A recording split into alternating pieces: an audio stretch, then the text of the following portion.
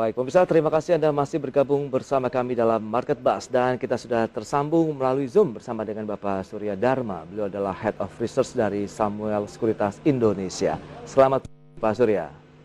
Baik, Mas. Iya, apa kabar hari ini, Pak? Baik, baik. Ya, terima kasih atas waktu yang disempatkan. Langsung saja kita akan mereview dari pergerakan indeks nanti, proyeksi Anda dengan data-data yang sudah disampaikan tadi. Rata-rata semua bursa regional mengalami tekanan. Pagi ini Jepang masih merah, kemudian hanya Korea Selatan saja yang sudah buka di zona positif. Akankah ini menjadi trigger untuk membuat IHSG kembali lagi tertekan atau justru pemicu untuk IHSG kembali lagi ke level 6.500, Pak Surya? Sebenarnya mungkin kuncinya di BCA kali ya. Karena hari ini kan BCA tuh ada mulai melakukan perdagangan stock split ya, setelah stock split ya. Iya. Jadi kalau misalnya harganya bisa naik gitu ya, cukup bagus gitu, mungkin indeks bisa berpengaruh positif juga, walaupun di tengah penurunan regional gitu ya. Jadi kuncinya sebetulnya kalau saya lihat di BCA ya, karena kita beberapa hari juga seringkali terjadi anomali ya, karena ada krisis energi itu yang membuat mungkin Indonesia itu menjadi pilihan juga ya dari investor asing khususnya. Karena net foreign buy kita selama itu cukup besar ya. Betul. Dan ini menjadi salah satu indikasi kalau kita cermati dari BBCA dengan stock split 1:5 tadi akan tetap memburu ataupun menjadi buruan bagi para investor maupun traders ini, Pak Surya. BCA ini kan selama ini sebetulnya stock split itu nggak pernah 5 kali 1:5 itu tidak pernah ya. Oke. Sebelumnya stock split itu 1:2 gitu ya. Nah ini baru pertama kalinya 1:5. Kenapa ini terjadi? Mungkin kalau perkiraan saya mungkin untuk menyasar investor retail ya. Baik. Retail kita itu kan sangat dominan di pasar kita sekarang. Yes. Jadi kalau misalnya tadinya harganya berapa 36.000 ya, 36.600 ya kemarin. Kalau dulu mungkin beli satu lot tuh mungkin perlu duit 3,6 juta gitu ya. Tapi kalau misalnya setelah stock split 730.000 aja udah bisa beli satu lot BCA. Iya. Nah, tentu peluang berarti dong bagi investor retail. Nampaknya pagi ini akan banyak yang memburu mengingat tren dalam pergerakan 1 bulan saja begitu dari sisi chartnya naiknya kencang ini. Betul. Jadi sebetulnya ini menarik untuk dicermati ya. Bagaimana reaksinya. Secara teoritis harusnya lebih liquid dan harusnya harganya akan mengalami kenaikan ya. Tapi kita lihat di tengah penurunan bursa regional apakah itu akan terjadi apa tidak. Nah itu kita bisa lihat nanti gitu ya. Baik. Langsung saja kita akan cermati ini beberapa saham yang Anda rekomendasikan ya Pak Surya untuk perdagangan hari ini. Rata-rata dominasinya mungkin bisa dikatakan semuanya dari sektor perbankan ini Pak Surya. Kita akan sampaikan dulu ya, mungkin data selengkapnya bisa Anda saksikan di layar televisi Anda, pemirsa. Ada Bank BTN, kita lihat kemudian Bank BNI, Bank BCA, dan Bank Mandiri. Rata-rata rekomendasinya buy. Nah itu dia, kita coba ulas satu persatu.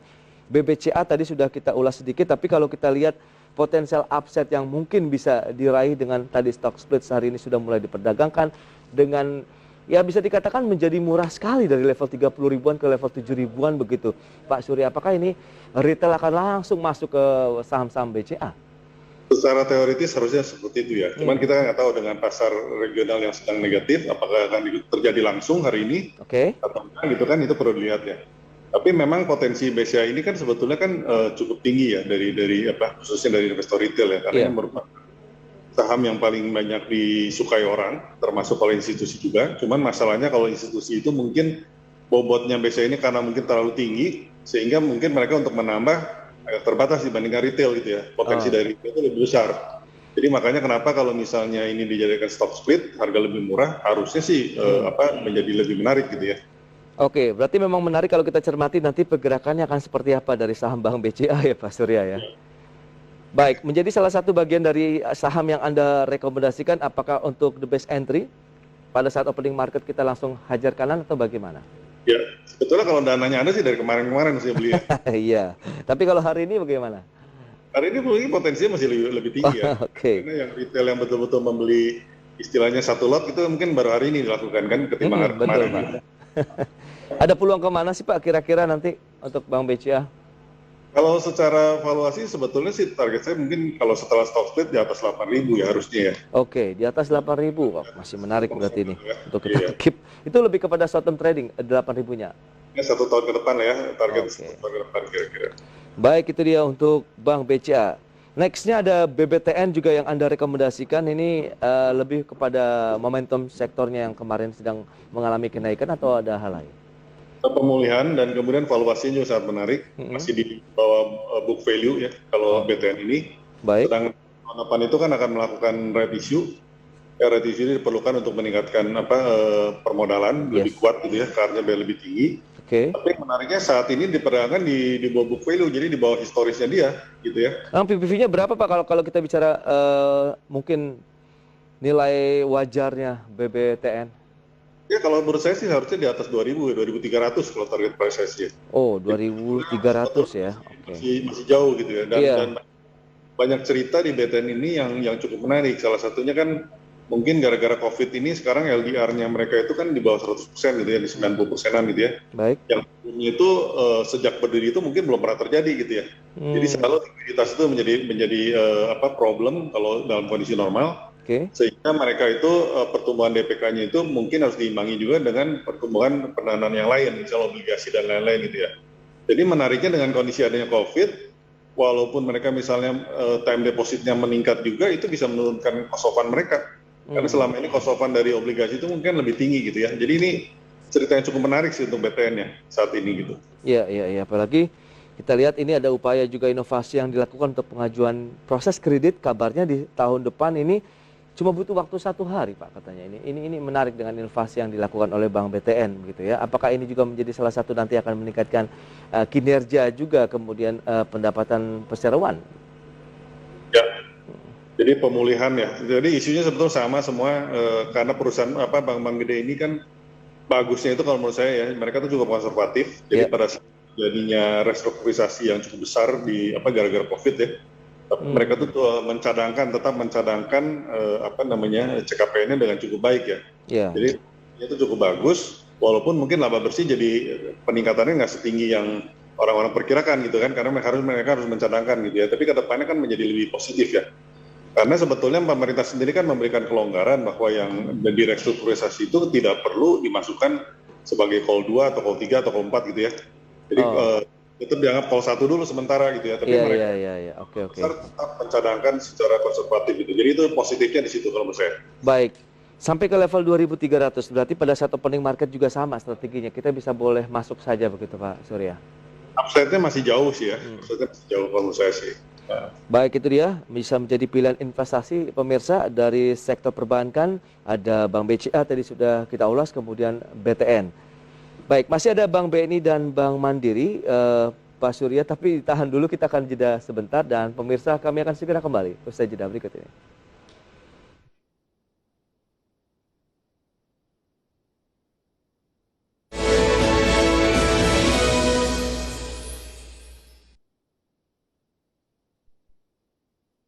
Baik, pemirsa, terima kasih Anda masih bergabung bersama kami dalam Market Buzz dan kita akan lanjutkan kembali perbincangan bersama dengan Bapak Surya Dharma, Head of Research dari Samuel Sekuritas Indonesia. Ya Pak Surya, kita akan membahas kembali saham-saham yang Anda rekomendasikan dan di pre-opening hari ini dengan indeks yang sudah kembali lagi di level 6.500, saham-saham yang Anda jagokan tadi Pak Surya ini rata-rata naiknya di atas 1% nih Pak Surya. Ketinggalan nggak sih kira-kira ini Pak Surya kalau kita mau masuk? Harusnya sih enggak ya, karena saham-saham ini kan sebetulnya beberapa waktu terakhir kan ketinggalan ya, laggard ini. Saham-saham yang disebut new economy gitu ya. Jadi saham-saham all economy ini agak agak tidak dilirik gitu ya oleh beberapa investor retail beberapa waktu terakhir gitu ya.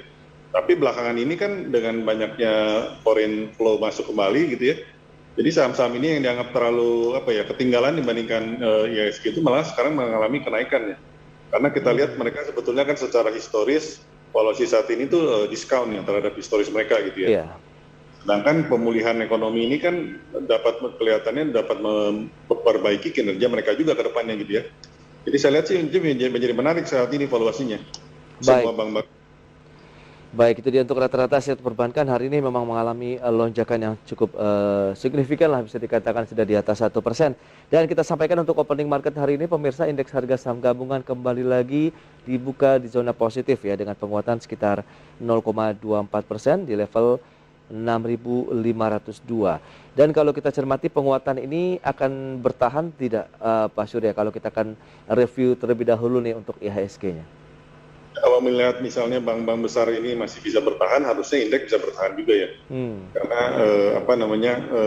mereka bobotnya sangat besar di IHSG kita. Yes. Membuat IHSG sangat tergantung ya oleh big caps ini. Selain perbankan mungkin ada Telkom juga ya atau Astra gitu ya. Itu juga mungkin berpengaruh juga terhadap pergerakan IHSG. Jadi selama mereka masih cukup bertahan, harusnya sih IHSG kita seperti saya katakan tadi mungkin bisa bertahan ya walaupun regionalnya minus gitu ya. Mudah-mudahan seperti itu. Baik, itu dia 6.530 semakin naik kita lihat penguatan menjadi 0,69%. Dan kalau kita lihat saham-saham yang menjadi penggerak indeks harga saham gabungan, saya akan sampaikan dulu ini Pak Surya. Top gainers hari ini ada Real, kemudian BRMS pemirsa, BBCA masuk dalam deretan top gainer dan juga Bank BNI. Ini saham-saham yang direkomendasikan oleh Pak Surya pagi-pagi hari ini sudah masuk dalam buruan para investor. Itu dia untuk top gainer pagi ini.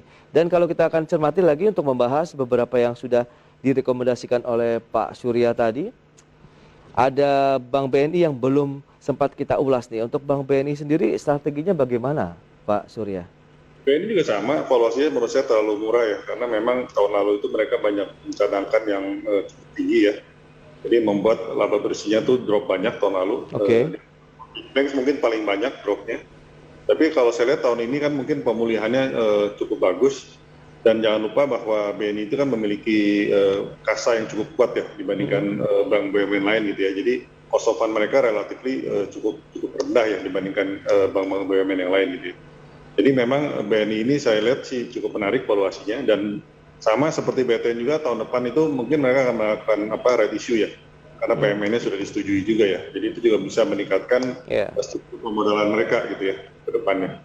Baik, kalau kita lihat memang ramai-ramai banyak yang melakukan rights issue ya untuk emiten-emiten yang ada di pasar modal termasuk juga dari sektor perbankan. Anda melihat bagaimana menangkap fenomena seperti ini Pak Surya? Apakah juga ini menjadi suatu hal yang perlu dicermati juga bagi para investor?